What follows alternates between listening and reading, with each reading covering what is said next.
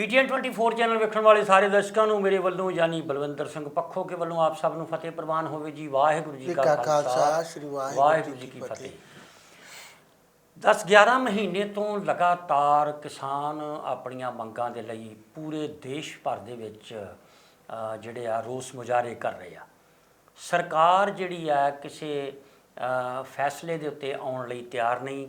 ਜਿਹੜੇ 3 ਕਾਲੇ ਕਾਨੂੰਨ ਕਿਸਾਨਾਂ ਦੇ ਵਿਰੋਧ ਦੇ ਵਿੱਚ ਬਣਾਏ ਗਏ ਨੇ ਜਾਂ ਜਿਹੜਾ ਕਿਸਾਨਾਂ ਨੂੰ ਲੱਗਦਾ ਕਿ ਇਹ ਖਤਮ ਕਰ ਦੇਣਗੇ ਸਾਰੀ ਭਾਰਤ ਦੀ ਕਿਸਾਨੀ, ਉਹਦਾ ਲਗਾਤਾਰ ਵਿਰੋਧ ਕੀਤਾ ਜਾ ਰਿਹਾ ਤੇ ਸਰਕਾਰ ਉਹ ਕਾਨੂੰਨ ਰੱਦ ਕਰਨ ਲਈ ਤਿਆਰ ਨਹੀਂ। ਇਹ ਟਕਰਾਅ ਦਿਨੋਂ ਦਿਨ ਵੱਧਦਾ ਜਾ ਰਿਹਾ ਤੇ ਕਿਸਾਨ ਜਿਹੜੇ ਆ ਆਪਣੇ ਘਰ-ਬਾਰ ਛੱਡ ਕੇ ਲਗਾਤਾਰ ਦਿੱਲੀ ਦੀਆਂ ਸੜਕਾਂ ਦੇ ਉੱਤੇ ਧਰਨਾ ਦੇ ਰਹੇ ਆ। ਇਹਦਾ ਕੀ ਨਤੀਜਾ ਨਿਕਲਣ ਵਾਲਾ ਹੈ? ਲਗਾਤਾਰ ਪੂਰੀ ਦੁਨੀਆ ਦੀ ਨਜ਼ਰ ਇਹਦੇ 'ਤੇ ਬਣੀ ਹੋਈ ਹੈ ਔਰ ਕਿਤੇ ਨਾ ਕਿਤੇ ਸਰਕਾਰ ਦੀ ਵੀ ਬਹੁਤ ਫਜ਼ੀਅਤ ਹੋਈ ਹੈ। ਪਿਛਲੇ ਦਿਨੀ ਜੋ ਕੁਝ ਵੀ ਹੋਇਆ ਅਮਰੀਕਾ ਦੌਰੇ ਦੌਰਾਨ ਪ੍ਰਾਈਮ ਮਿਨਿਸਟਰ ਮੋਦੀ ਦੇ ਨਾਲ, ਉਹ ਸਭ ਤੁਹਾਡੇ ਸਾਹਮਣੇ ਹੀ ਆ। ਹੁਣ ਤਾਜ਼ੀ ਘਟਨਾ ਜਿਹੜੀ ਲਖੀਮਪੁਰ ਖੀਰੀ ਦੇ ਵਿੱਚ ਇੱਕ BJP ਵਿਧਾਇਕ ਦੇ ਬੇਟੇ ਵੱਲੋਂ ਕਿਸਾਨਾਂ ਨੂੰ ਕੁਚਲ ਕੇ ਜਿਹੜਾ ਉਹਨਾਂ ਦੇ ਵਿੱਚੋਂ ਲਗਭਗ 4-5 ਕਿਸਾਨ ਜਿਹੜੇ ਨੇ ਉਹਦੇ ਮੌਕੇ ਦੇ ਉੱਤੇ ਮਾਰੇ ਗਏ ਨੇ, ਕੁਝ ਜ਼ਖਮੀ ਨੇ, ਹਾਲਤ ਗੰਭੀਰ ਆ। ਇਹ ਇਸ ਤਰ੍ਹਾਂ ਦਾ ਰੋਸ, ਇਸ ਤਰ੍ਹਾਂ ਦਾ ਗੁੱਸਾ ਜਿਹੜਾ ਦੋਨਾਂ ਧਿਰਾਂ ਦੇ ਵਿੱਚ ਹੀ ਜਿਹੜਾ ਉਹ ਲਗਾਤਾਰ ਵੱਧਦਾ ਜਾ ਰਿਹਾ। ਇਹ ਕਿਤੇ ਨਾ ਕਿਤੇ ਕਈ ਵਾਰੀ ਇਹ ਖਦਸ਼ਾ ਮਨ ਦੇ ਵਿੱਚ ਆਉਂਦਾ ਹੈ ਕਿ ਇਹ ਕਿਤੇ ਖਾਨਾ ਜੰਗੀ ਵਾਲੇ ਪਾਸੇ ਨੂੰ ਨਾ ਧੱਕੇਲ ਦੇਵੇ, ਕਿਉਂਕਿ ਸਰਕਾਰ ਦੀ ਭਰੋਸੇਯੋਗਤਾ ਜਿਹੜੀ ਆ ਉਹ ਘਟਦੀ ਜਾ ਰਹੀ ਹੈ ਔਰ ਕਿਸਾਨ ਜਿਹੜੇ ਆ ਉਹਨਾਂ ਦੇ ਵੀ ਸਬਰ ਦਾ ਪਿਆਲਾ ਭਰਦਾ ਜਾ ਰਿਹਾ। ਕਿਸਾਨ ਬੜੀ ਮੁਸ਼ਕਲ ਜ਼ਿੰਦਗੀ ਜੀ ਰਹੇ ਆ। ਜਿਨ੍ਹਾਂ ਦੇ ਘਰ ਦੇ ਵਿੱਚ ਰੋਟੀ ਪਾਣੀ ਮਸਲਾ ਬਣਿਆ ਹੋਇਆ, ਉਹਨਾਂ ਨੇ ਹੋਰ ਗੱਲ ਕੀ ਕਰਨੀ ਆ। ਅੱਜ ਸਾਡੇ ਨਾਲ ਇੱਕ ਕਿਸਾਨ ਵੀਰ ਆ ਜੀ, ਸੁਖਜਿੰਦਰ ਸਿੰਘ ਸਨ ਆਫ ਦਰਸ਼ਨ ਸਿੰਘ, ਪਿੰਡ ਭਗਤੂਪੁਰਾ, ਜ਼ਿਲ੍ਹਾ ਗੁਰਦਾਸਪੁਰ। 1.5 ਏਕੜ ਦਾ ਮਾਲਕ ਇਹ ਕਿਸਾਨ ਵੀਰ ਕਿਵੇਂ ਜ਼ਿੰਦਗੀ ਗੁਜ਼ਾਰ ਰਿਹਾ ਤੇ ਕੀ ਸੋਚਦਾ ਹੈ ਵੀ ਮੈਂ ਕਿਵੇਂ ਆਪਣੀ ਤੇ ਆਪਣੇ ਬੱਚਿਆਂ ਦੀ ਜ਼ਿੰਦਗੀ ਬਿਹਤਰ ਕਰਨ ਦੇ ਲਈ ਮੈਂ ਵਿਦੇਸ਼ ਚਲਾ ਜਾਵਾਂ ਜਾਂ ਇੱਥੇ ਕੋਈ ਕੰਮ ਕਾਰੋਬਾਰ ਕਰ ਲਵਾਂ, ਕਿੰਨਾ ਕਰਜ਼ਾ ਲਿਆ, ਕਿਹੜੀਆਂ ਮੁਸੀਬਤਾਂ 'ਚੋਂ ਨਿਕਲਿਆ। ਆਓ ਗੱਲ ਕਰਦੇ ਹਾਂ ਸਰਦਾਰ ਸੁਖਜਿੰਦਰ ਸਿੰਘ ਨਾਲ। ਸੁਖਜਿੰਦਰ ਸਿੰਘ ਜੀ, ਵਾਹਿਗੁਰੂ ਜੀ ਕਾ ਖਾਲਸਾ ਵਾਹਿਗੁਰੂ ਜੀ ਕੀ ਫਤਿਹ। ਕਿੰਨੀ ਜ਼ਮੀਨ ਆ ਤੁਹਾਡੇ ਕੋਲ? 1.5 ਕਿੱਲਾ ਜ਼ਮੀਨ ਆ ਮੇਰੇ ਕੋਲ। 1 ਕਿੱਲਾ 6 ਕਨਾਲ ਦੀ ਮਾਲਕੀ ਆ। 1 ਕਿੱਲਾ 6 ਕਨਾਲ ਦੀ ਮਾਲਕੀ, ਜਿਹਦੇ ਵਿੱਚੋਂ ਕੁਝ ਹਿੱਸਾ ਦਾਦੀ ਕੋਲ ਆ, ਕੁਝ ਤਾਂ ਮੈਨੂੰ ਵਾਹੁਣ ਲਈ ਮਿਲ ਚੁੱਕੀ ਆ। ਅੱਛਾ, ਥੋੜਾ ਉੱਚੀ ਬੋਲੋ ਜਰਾ। ਤੇ ਹੁਣ ਕਿੰਨੇ ਤੇ ਖੇਤੀ ਕਰਦੇ ਹੋ ਤੁਸੀਂ? ਹੁਣ ਮੈਂ ਜਿਹੜੀ ਜ਼ਮੀਨ ਤੇ ਖੇਤੀ ਕਰਦਾ ਤਕਰੀਬਨ 1 ਕਿੱਲਾ 3 ਕਨਾਲ ਤੇ ਮੈਂ ਖੇਤੀ ਕਰਦਾ। ਅੱਛਾ, ਕੋਈ ਕਰਜ਼ਾ ਲਿਮਟ? ਹਾਂਜੀ, 5 ਲੱਖ ਦੀ ਮੇਰੀ ਲਿਮਟ ਵਾ। ਤਾਂ ਹੋਰ ਵੀ ਆੜਤੀ ਇੱਕ ਅੱਧੇ ਦਾ ਕਰਜ਼ਾ ਹੈਗਾ ਵਾ, ਇੱਕ ਦਾ। ਅੱਛਾ, ਹਾਂਜੀ। ਕਿੰਨੀ ਸੀ ਗੱਲ ਕਰ ਰਹੇ ਸੀ ਵੀ ਤੁਸੀਂ ਕਰਜ਼ਾ ਲਿਆ ਸੀਗਾ? ਹਾਂਜੀ, 5 ਲੱਖ ਦੀ ਲਿਮਟ ਮੈਂ ਜਿਹੜੀ ਬਣਵਾਈ ਸੀਗੀ, ਉਹ ਮੈਂ ਬਣਵਾਈ ਸੀਗੀ ਕੋਈ ਕੰਮ ਕਾਰੋਬਾਰ ਸ਼ੁਰੂ ਕਰ ਲਈ। ਪਹਿਲਾਂ ਮੈਂ ਵਿਦੇਸ਼ ਰਹਿੰਦਾ ਸੀਗਾ ਤੇ ਉੱਥੇ ਮੇਰੀ ਲੱਤ ਟੁੱਟ ਗਈ ਤੇ ਮੈਨੂੰ ਵਾਪਸ ਆਉਣਾ ਪਿਆ। ਕਿਹੜੇ ਮੁਲਕ 'ਚ ਸੀ? ਮੈਂ ਦੁਬਈ ਸੀਗਾ ਜੀ। ਅੱਛਾ। ਹਾਂਜੀ, ਤੇ ਉੱਥੇ 9 ਮਹੀਨੇ ਅਜੇ ਗਏ ਨੂੰ ਹੋਏ ਸੀਗੇ ਤੇ ਲੱਤ ਟੁੱਟ ਗਈ ਮੇਰੀ। ਵਾਪਸ ਆਉਣਾ ਪਿਆ ਤੇ ਫਿਰ ਘਰਦਿਆਂ ਦੀ ਸਲਾਹ ਦੇ ਨਾਲ ਮੈਂ ਮਤਲਬ ਆਪਣੀ ਜ਼ਮੀਨ ਤੇ 5 ਲੱਖ ਦੀ ਲਿਮਟ ਬਣਾਈ। ਅੱਛਾ। ਤੇ ਕੋਈ ਕੰਮ ਕਾਰੋਬਾਰ ਸ਼ੁਰੂ ਕਰ ਲਈ, ਪਰ ਉਹ ਕੰਮ ਕਾਰੋਬਾਰ ਸ਼ੁਰੂ ਹੀ ਨਾ ਕਰ ਸਕਿਆ ਕਿ ਮਾਤਾ ਦੀ ਲੀਵਰ ਦੀ ਪ੍ਰੋਬਲਮ ਹੋ ਗਈ ਤੇ ਉਧਰ ਰੁੱਝਣਾ ਪਿਆ ਤੇ ਉਧਰ ਪੈਸਾ ਲੱਗਣਾ ਸ਼ੁਰੂ ਹੋ ਗਿਆ ਉਸੇ ਲਿਮਟ ਦੇ ਵਿੱਚੋਂ। ਤੇ ਮਾਤਾ ਦਾ ਇਲਾਜ ਕਰਾਉਂਦਿਆਂ ਹੀ ਮੇਰੇ ਵਾਈਫ ਪ੍ਰੈਗਨੈਂਟ ਸੀਗੇ ਤੇ ਬੱਚੀ ਨੇ ਜਨਮ ਲਿਆ ਤੇ ਬੱਚੀ ਵੀ ਬਿਮਾਰ ਪੈਦਾ ਹੋਈ। ਤਕਰੀਬਨ 10 ਦਿਨ ICU 'ਚ ਲੱਗੀ ਰਹੀ। 2 ਲੱਖ ਰੁਪਇਆ ਮੇਰਾ ਬੱਚੀ ਦੇ ਉੱਪਰ ਲੱਗ ਗਿਆ, ਵਾਹਿਗੁਰੂ ਜੀ। ਤੇ ਬਾਕੀ 3 ਤੋਂ ਉੱਪਰ ਹੀ 3-3.5 ਲੱਖ ਰੁਪਇਆ ਮਾਤਾ ਤੇ ਖਰਚਾ ਆਇਆ। ਮਤਲਬ 3 ਲੱਖ ਤਾਂ ਲਿਮਟ ਚੋਂ ਹੋ ਗਿਆ, ਬਾਕੀ ਮੈਂ ਇੱਧਰੋਂ ਉੱਧਰੋਂ ਕਰਕੇ ਮਾਤਾ ਦੇ ਇਲਾਜ ਤੇ ਲਾਏ। ਤੇ ਇਹ ਤਰੀਕੇ ਨਾਲ ਲਿਮਟ ਵੀ ਮੇਰੀ ਸਾਰੀ ਵਰਤੀ ਗਈ। ਸੁਖਜਿੰਦਰ ਸਿੰਘ, ਤੇਰੇ ਨਾਲ ਤੇ ਆਉਂ ਜਿਵੇਂ ਰੱਬ ਥੱਲੇ ਉਤਰ ਕੇ ਲੰਡਿਆ ਵੀ ਪਹਿਲਾਂ ਤੂੰ ਕਰਜ਼ਾ ਲਿਆ ਕੋਈ ਕੰਮਕਾਰ ਦੇ ਲਈ, ਮਾਤਾ ਬਿਮਾਰ ਹੋ ਗਈ, ਮੁੜ ਕੇ ਤੇਰੀ ਘਰ ਵਾਲੀ ਤੇ ਬੱਚੀ ਤੇ ਪੈਸੇ ਲੱਗ ਗਏ, ਆਪਣੀ ਤੇਰੀ ਲੱਤ ਟੁੱਟ ਗਈ, ਵਿਦੇਸ਼ ਦੇ ਵਿੱਚ ਤੂੰ ਗਿਆ ਸਾਂ। ਤੇ ਇੱਦਾਂ ਕਿੱਦਾਂ ਇਹ ਜ਼ਿੰਦਗੀ ਦਾ ਸਰਕਲ ਚਲਾਏਗਾ? 1.5 ਕਿੱਲਾ ਪੈਲੀ, ਇਹਦੇ ਵਿੱਚੋਂ ਕਿੱਦਾਂ ਮਤਲਬ ਰੋਟੀ ਪਾਣੀ ਆਪਣੇ ਬੱਚੇ ਪਾਲ ਲਏਗਾ? ਵਾਹਿਗੁਰੂ ਜੀ ਅਜੇ ਤੱਕ ਤੇ ਨਹੀਂ ਕੋਈ ਸਮਝ ਆ ਰਹੀ ਵੀ ਇਹਦੇ ਚੋਂ ਮੈਂ ਬੱਚੇ ਆਪਣੇ ਕਿੱਦਾਂ ਪਾਲਾਂ। ਹੁਣ ਮੈਂ ਸੋਚ ਰਿਹਾ ਕਿ ਵਿਦੇਸ਼ ਚਲਾ ਜਾਣਾ ਵਾ, ਉੱਥੇ ਜਾ ਕੇ ਕੁਛ ਮੇਰਾ ਦਰਗੁਜ਼ਰ ਹੋਊਗਾ, ਕੋਈ ਰੋਟੀ ਟੁੱਕ ਦਾ ਮਤਲਬ ਮਸਲਾ ਹੱਲ ਹੋਊਗਾ। ਵੇਖੋ ਵਿਦੇਸ਼ 'ਚ ਤੂੰ ਪਹਿਲਾਂ ਵੀ ਗਿਆ ਸਾਂ। ਹਾਂਜੀ, ਕਿਸਮਤ ਬੜੀ ਨਕਮੀ ਲਿਖਾ ਕੇ ਪੈਦਾ ਹੋਇਆ ਨਾ, ਉੱਥੇ ਕਿਸਮਤ ਨੇ ਸਾਥ ਨਹੀਂ ਦਿੱਤਾ ਵੀ ਸੱਟ ਲੱਗ ਗਈ, ਨਹੀਂ ਤੇ ਵਿਦੇਸ਼ 'ਚ ਤੇ ਪਹਿਲਾਂ ਵੀ ਗਏ ਸੀਗੇ। ਇਹ ਗੱਲ ਆ, ਇਹ ਇੱਕ ਅੱਧੇ ਕਿਸਾਨ ਦੀ ਗੱਲ ਨਹੀਂ ਜੀ, ਇਹ ਵਾਕਿਆ ਹੀ ਕਈ ਐਸੇ ਕਿਸਾਨ ਪਰਿਵਾਰ ਅਸੀਂ ਵੇਖੇ ਨੇ ਭਈ ਜਿਨ੍ਹਾਂ ਨੂੰ ਰੱਬ ਨੇ ਇਸ ਤਰ੍ਹਾਂ ਦੀ ਪੋਜੀਸ਼ਨ 'ਚ ਰੱਖਿਆ ਕਿ ਭੁੱਖੇ ਮਰਨ ਨਹੀਂ ਦੇਣਾ ਤੇ ਰੱਜ ਕੇ ਖਾਣ ਨਹੀਂ ਦੇਣੀ। ਪਤਾ ਨਹੀਂ ਉਹ ਕੀ ਕਿਸਮਤ ਉਹਨਾਂ ਦੀ ਐਸੀ ਆ, ਕੋਈ ਐਸੇ ਹੀ ਕਰਮ ਆ ਵੀ ਉਹ ਇੰਨੀ ਮਿਹਨਤ ਕਰਦੇ ਆ, ਦਿਨ ਰਾਤ ਖਪਦੇ ਨੇ ਖੇਤਾਂ ਦੇ ਵਿੱਚ, ਰੋਟੀ ਨਹੀਂ ਮਹਾਂ ਪੂਰੀ ਹੁੰਦੀ। ਤੇ ਉਧਰਲੇ ਪਾਸੇ ਵੱਡੇ ਵੱਡੇ ਜਿਹੜੇ ਲੀਡਰ ਨੇ, ਵੱਡੇ ਵੱਡੇ ਸਿਰਾਂ ਵਾਲੇ ਬੈਠੇ ਉੱਥੇ ਦਿੱਲੀ ਦੇ ਵਿੱਚ, ਉਹ ਆਂਦੇ ਕਿਸਾਨਾਂ ਕੋਲ ਪੈਸਾ ਬੜਾ, ਇਹਨਾਂ ਨੂੰ ਤੇ ਬਹੁਤ ਜ਼ਿਆਦਾ ਵੱਡੀਆਂ ਵੱਡੀਆਂ ਗੱਡੀਆਂ ਰੱਖੀਆਂ ਨੇ।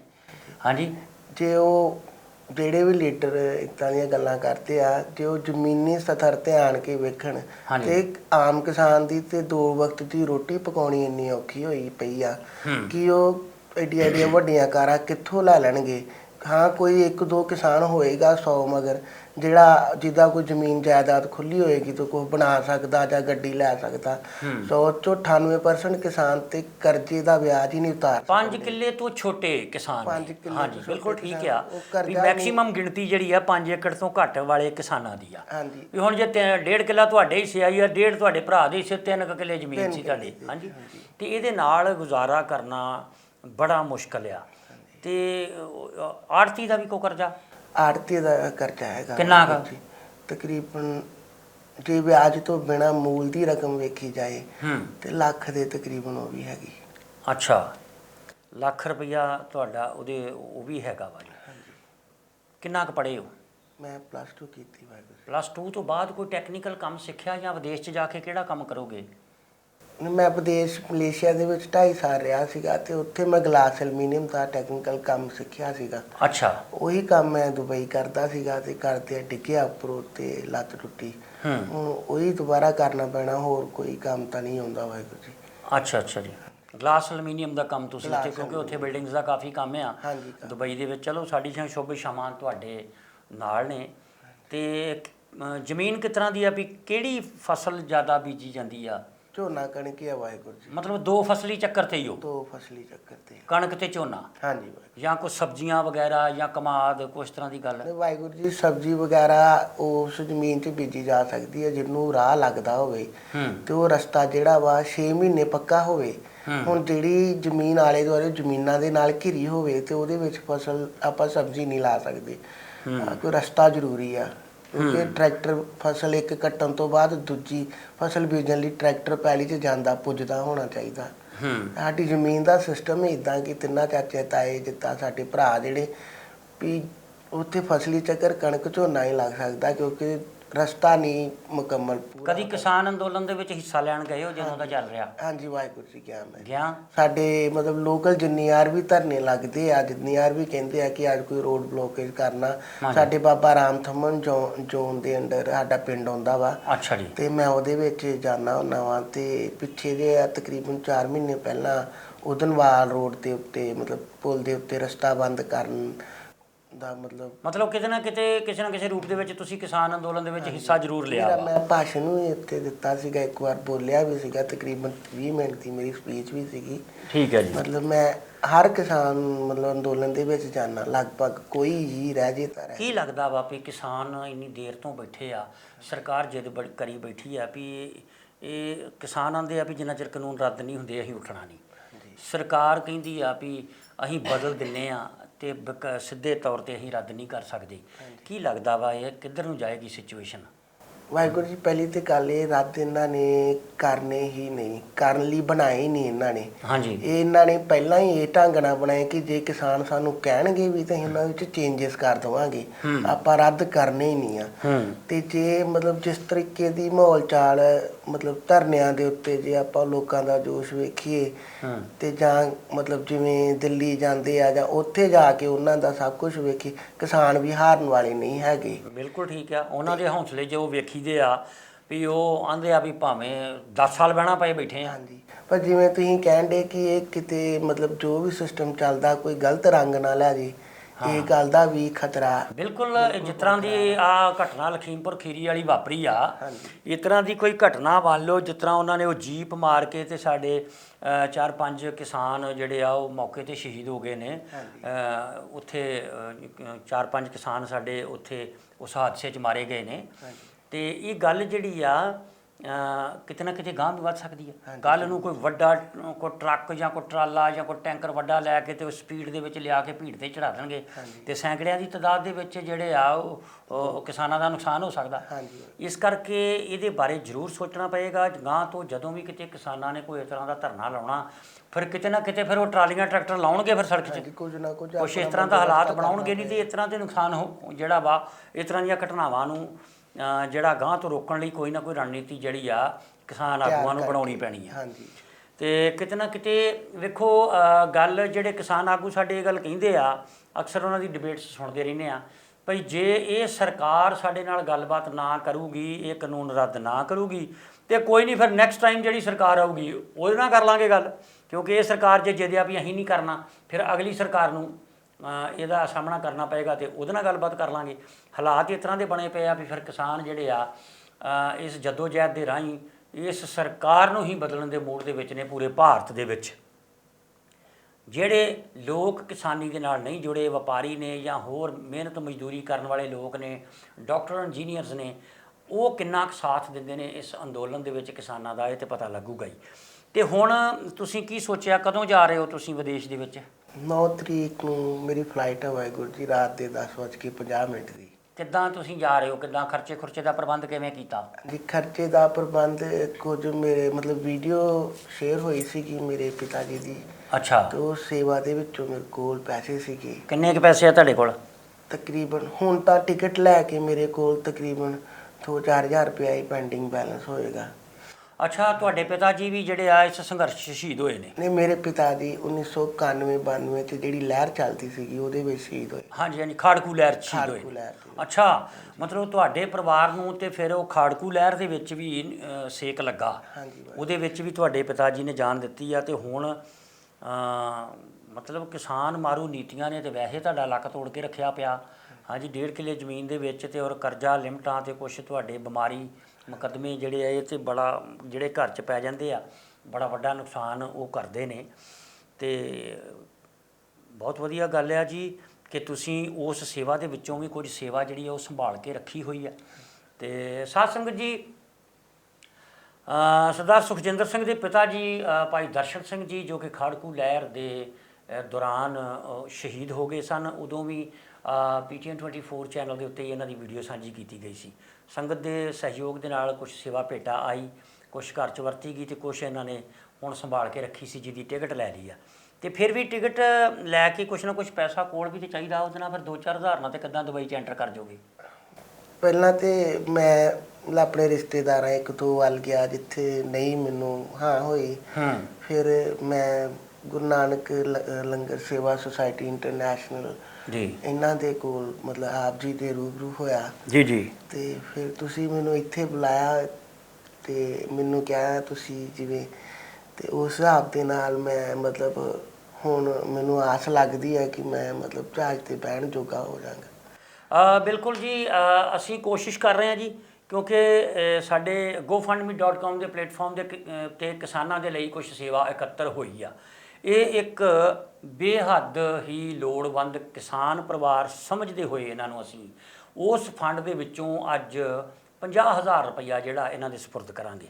ਸਾਡੇ ਬੱਚੇ ਨੇ ਜੈਸਮੀਨ ਭਿੰਡਰ, ਮਹਿਤਾਬ ਸਿੰਘ, ਕੁਨਰਵੀਰ ਸਿੰਘ, ਪ੍ਰਭਜੋਤ, ਪ੍ਰਭਲੀਨ, ਇਹ ਸਾਰੇ ਬੱਚਿਆਂ ਨੇ ਉੱਥੇ ਕੁਝ ਫੰਡ ਇਕੱਠੇ ਕੀਤੇ ਨੇ USA ਦੇ ਵਿੱਚ।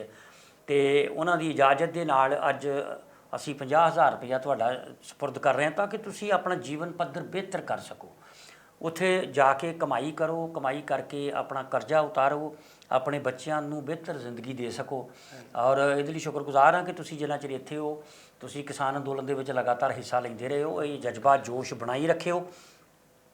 ਕੱਲ੍ਹ ਨੂੰ ਸਤਿਗੁਰੂ ਕਿਰਪਾ ਕਰਨ, ਵਿਦੇਸ਼ ਦੇ ਵਿੱਚ ਕਮਾਈ ਕਰਦਿਆਂ ਸਤਿਗੁਰੂ ਤੁਹਾਨੂੰ ਆਪਣੇ ਪੈਰਾਂ 'ਤੇ ਖੜ੍ਹਾ ਕਰਨ, ਤੁਸੀਂ ਲੱਖਾਂ ਕਰੋੜਾਂ ਰੁਪਈਏ ਕਮਾਓ, ਪਰ ਖਿਆਲ ਰੱਖਿਓ ਆਪਣੇ ਵਰਗੇ ਲੋੜਵੰਦ ਕਿਸਾਨ ਪਰਿਵਾਰਾਂ ਦਾ, ਸ਼ਹੀਦ ਪਰਿਵਾਰਾਂ ਦਾ, ਉਹਨਾਂ ਦਾ ਕਦੀ ਸਾਥ ਦੇਣਾ ਨਾ ਭੁੱਲਿਓ।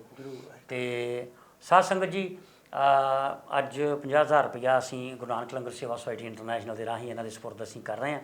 ਪਰਿਵਾਰ ਲੋੜਵੰਦ ਆ, ਤੁਸੀਂ ਵੀ ਕੋਸ਼ਿਸ਼ ਕਰਿਓ ਰਲ ਮਿਲ ਕੇ ਕੁਝ ਥੋੜ੍ਹੀ ਜਿਹੀ ਜ਼ਿੰਦਗੀ ਬਿਹਤਰ ਹੋ ਜਾਏ, ਕਿਉਂਕਿ ਸੁਖਜਿੰਦਰ ਸਿੰਘ ਦੇ ਮਨ ਦੇ ਵਿੱਚ ਇੱਕ ਤੌਖਲਾ ਹੈ ਕਿ ਇੰਨੇ ਕੁ ਪੈਸੇ ਮੈਨੂੰ ਨਾਲ ਲਿਜਾਣੇ ਪੈਣੇ ਆ, ਕਿਉਂਕਿ ਵਿਜ਼ਿਟਿੰਗ ਵੀਜ਼ਾ ਹੈ ਅਤੇ ਉਹਦੇ ਲਈ ਕੁਛ ਕੈਸ਼ ਅਮਾਊਂਟ ਜਿਹੜਾ ਜੇਬ 'ਚ ਹੋਣਾ ਬੜਾ ਜ਼ਰੂਰੀ ਆ। ਉਸ ਤੋਂ ਬਾਅਦ ਪਿੱਛੇ ਪਰਿਵਾਰ ਦੇ ਲਈ ਬਿਲਕੁਲ ਕੁਛ ਨਹੀਂ ਬਚਦਾ। ਜ਼ਰੂਰ ਖਿਆਲ ਰੱਖਿਓ। ਨੰਬਰ ਬੋਲ ਦਿਓ ਆਪਣਾ, ਕੀ ਨੰਬਰ ਤੁਹਾਡਾ? 98 150 48 812। 98 150 48 812 ਇਹ ਇਹਨਾਂ ਦਾ ਫ਼ੋਨ ਨੰਬਰ ਜੇ ਸਕਰੀਨ ਦੇ ਉੱਤੇ ਵੀ ਤੁਸੀਂ ਵੇਖ ਰਹੇ ਹੋ।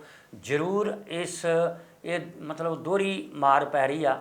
ਇੱਕ ਸ਼ਹੀਦ ਪਰਿਵਾਰ ਦੇ ਰੂਪ ਦੇ ਵਿੱਚ ਵੀ ਇਹ ਪਰਿਵਾਰ ਜਿਹੜਾ ਵਾ ਉਸ ਲਿਸਟ ਦੇ ਵਿੱਚ ਇਹਨਾਂ ਦਾ ਨਾਮ ਆ, ਅਤੇ ਦੂਸਰਾ ਇੱਕ ਲੋੜਵੰਦ, ਬੇਹੱਦ ਲੋੜਵੰਦ ਕਿਸਾਨ ਪਰਿਵਾਰ ਦੇ ਤੌਰ 'ਤੇ ਵੀ।